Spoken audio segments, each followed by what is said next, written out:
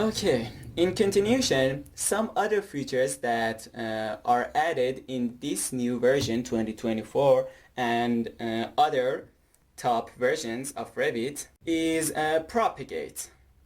If you have any subjects, for example, wall, floor, column, and any other subjects of that matter, you could select one of these columns that you have already installed your rebars on it, and up here we have a tool, propagate rebar. As soon as you select this, it'll propagate all the rebars that you have installed on this column into the other columns that are similar to it, which makes your work way easier, including this project that we're going to work on it. You just have to complete one part and one element, and then use propagate or grouping or any other features that work the same as propagate rebar. Now I select this column, so we select propagate. It wants you to select the items that you want them to be defined or to be propagated on. So by dragging the mouse, just like this, I select all the elements that I want and then finish it. It looks like this, which makes your work way easier, and this feature was added in the newest versions. Some other features that we can use in the rebar section in the latest versions is the bending details. We have all of them in our schedule. If you go to view, schedule quantities, here we search rebar, select the structural rebar, name, OK.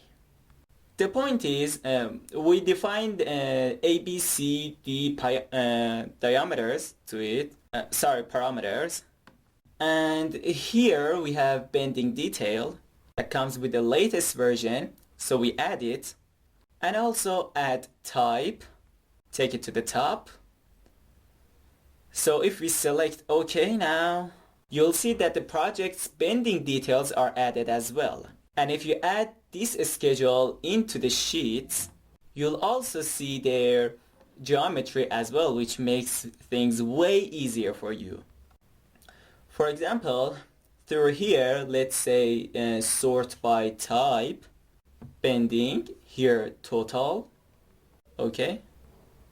See, it will show us these two rebars that we used.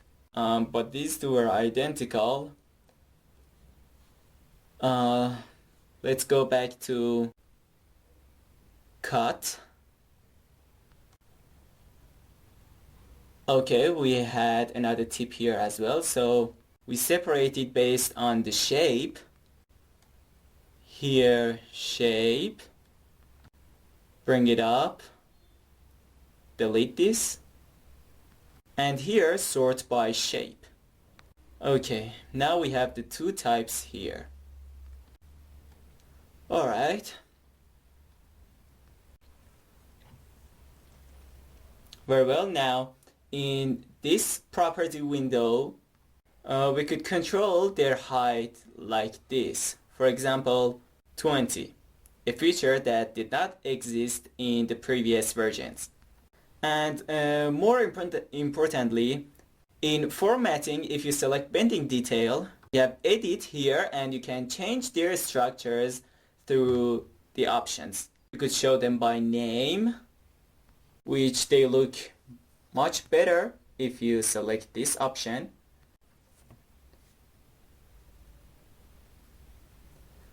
Or other options that are available here for us.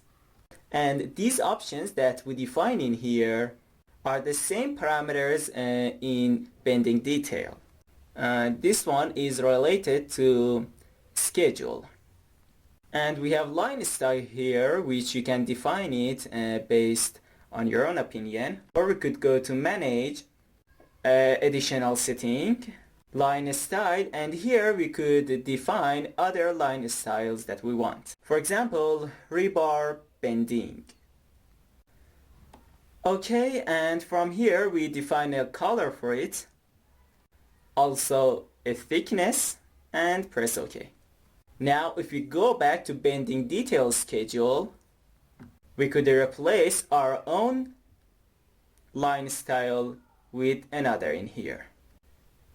This makes your output more practical and more close to the real. Again, let's go back to here. We have an offset 3.5.